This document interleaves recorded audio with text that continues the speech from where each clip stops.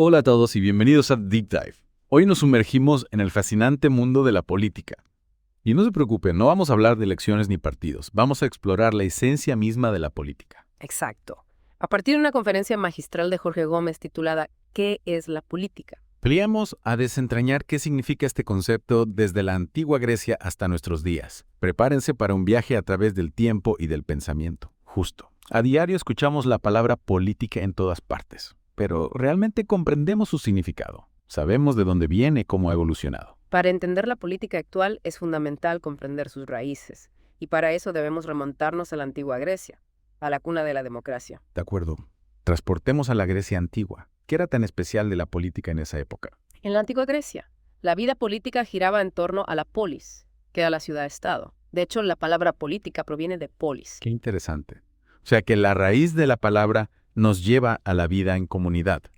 ¿Qué más diferenciaba a la política en la antigua Grecia? Para los griegos, la política no se limitaba solo al gobierno, abarcaba todos los aspectos de la vida social, la interacción entre los ciudadanos, la búsqueda de la justicia, la deliberación sobre el bien común. Todo esto era parte de la esfera política. Eso es muy distinto a cómo vemos la política hoy en día. ¿Y qué rol jugaba la libertad en todo esto? La libertad era un concepto central para los griegos. Era la fuerza motriz de las luchas políticas, la aspiración fundamental de los ciudadanos.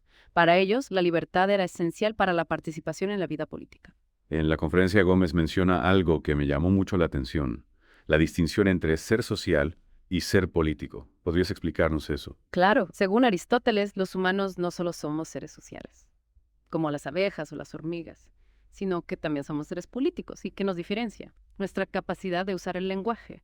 A través del lenguaje podemos deliberar, distinguir entre el bien y el mal, y construir un espacio político. Eso significa que la política nace en nuestra capacidad de comunicarnos y razonar. Exactamente. El son político, el ser político, se define por su capacidad de usar la palabra para construir un espacio de convivencia basado en la razón y no en la fuerza bruta. Es fascinante cómo algo que parece tan simple, como el lenguaje, puede ser la base de algo tan complejo como la política. Así es. Para los griegos, la política era un arte. El arte del diálogo, la persuasión y la búsqueda del consenso. Un ejemplo claro de esto es la figura de Sócrates, quien a través del diálogo constante buscaba la verdad, reconociendo que no poseía una verdad absoluta. Entonces, para los griegos, la política era un espacio de debate y búsqueda de la verdad a través de la palabra. ¿Cómo evolucionó esta concepción con el paso del tiempo? Con la llegada de los romanos, el enfoque se desplazó de la ética a lo jurídico. La ley escrita a la codificación, el orden y la estructura se convirtieron en elementos centrales de la vida política. O sea que los romanos le dieron un marco más formal a la política. ¿Y qué pasó después del Imperio Romano? Durante la Edad Media, la política se fusionó con la religión, dando lugar a la idea del derecho divino de los reyes, que legitimaba el poder absoluto del monarca. Es increíble cómo la política se entrelazó con la religión durante siglos y cuándo comenzó a cambiar esta visión. El Renacimiento marcó un nuevo punto de inflexión. Figuras como Maquiavelo comenzaron a analizar la política desde una perspectiva más pragmática, separándola de la moral y centrándose en la lucha por el poder. Espera, Maquiavelo separó la política de la moral. Eso sí que es un cambio radical. Su obra, El Príncipe, refleja esa visión realista y pragmática de la política. Maquiavelo observó que, en la práctica, la política se basaba en el poder y la voluntad del gobernante, no en la armonía o la búsqueda del bien común. Entonces, con Maquiavelo, la política se vuelve más terrenal, más enfocada en la realidad del poder. ¿Y cómo llegamos de ahí a la política moderna? Con la llegada de la modernidad, el individuo se convierte en el centro de la vida política. Thomas Hobbes, en su obra Leviatán, argumenta que para salir del estado de naturaleza, donde reina la guerra de todos contra todos, los individuos deben ceder parte de su libertad a un poder soberano, ¿A cambio de qué ceden su libertad? a cambio de paz y seguridad. Esta idea de un contrato social, donde los individuos ceden parte de su libertad a cambio de orden y protección, sentó las bases para la formación del Estado moderno. Es interesante cómo la búsqueda de seguridad se convierte en un motor de la política moderna. Pero este nuevo modelo no trajo también nuevos desafíos. Por supuesto, la relación entre el individuo y el Estado, la lucha por la libertad individual frente al poder del Estado, se convierten en temas centrales del debate político. De acuerdo, hemos recorrido un largo camino desde la polis griega hasta el Estado moderno. Y este viaje no ha terminado. La política sigue evolucionando, adaptándose a los nuevos desafíos y realidades. Es un proceso dinámico y complejo que nos invita a reflexionar sobre nuestro papel como ciudadanos. Exactamente. Y si hablamos de desafíos, uno que no podemos ignorar es el peligro del individualismo extremo y la apatía política a Tocqueville.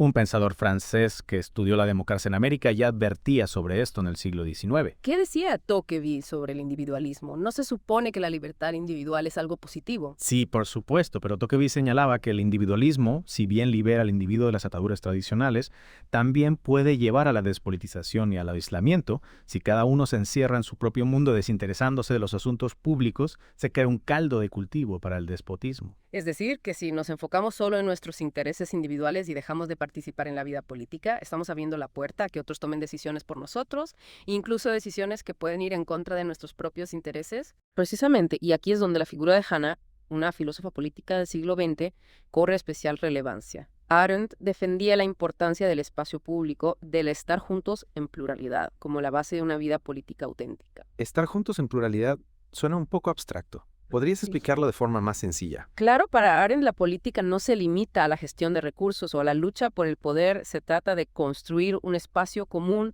donde se confrontan diferentes perspectivas, donde se debate, se negocia y se llega a acuerdos a pesar de las diferencias. Es decir, que la política no es un campo de batalla donde hay ganadores y perdedores, sino un espacio de encuentro, donde a través del diálogo podemos construir algo juntos. Exactamente. Y para Arendt, este espacio de diálogo es esencial para prevenir la violencia y la tiranía. Si dejamos de hablar, si dejamos de escucharnos, si dejamos de buscar puntos en común, abrimos la puerta a la imposición y la fuerza bruta. Entonces, para Arendt, la política es un antídoto contra la violencia, en la forma en que a través de la palabra podemos resolver nuestras diferencias de forma pacífica y construir una sociedad más justa. Así es, y esto nos lleva a una pregunta fundamental: ¿cuál es nuestra responsabilidad como ciudadanos en este proceso? Es una buena pregunta. Si la política es tan importante para la construcción de una sociedad justa y libre, ¿qué podemos hacer nosotros como individuos para contribuir a ese proceso?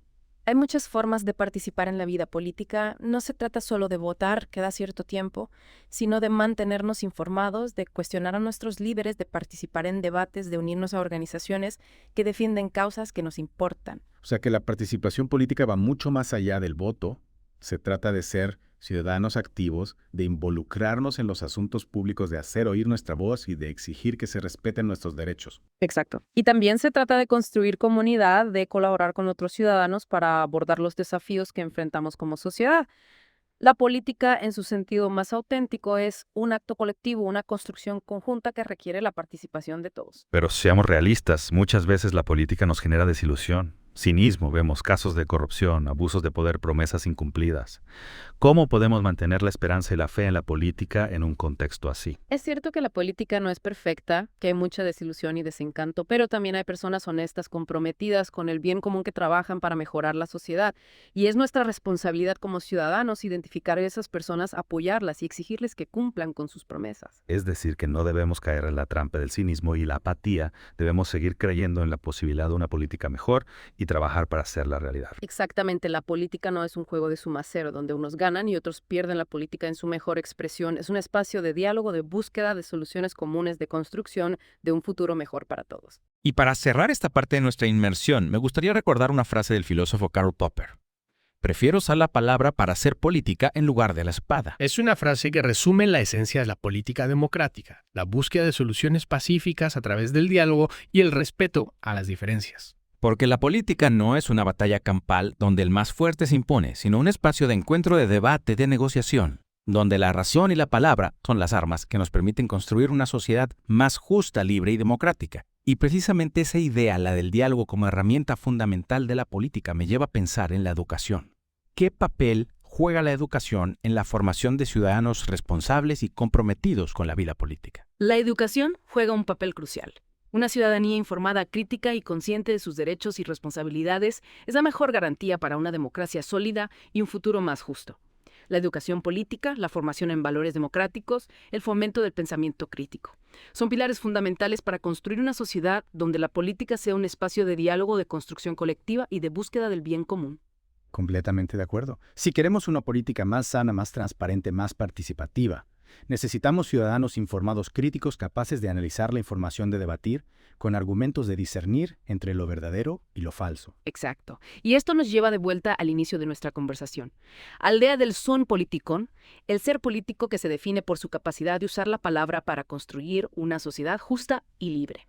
Es decir, que la capacidad de comunicarnos, de razonar, de deliberar, es lo que nos hace seres políticos y nos permite participar en la construcción de una sociedad mejor. Así es. Al final la política se trata de eso, de usar la palabra, el diálogo, la razón para construir un mundo mejor. No es un camino fácil, está lleno de desafíos y obstáculos, pero es un camino que vale la pena recorrer porque es el camino hacia una sociedad más justa, más libre, más humana.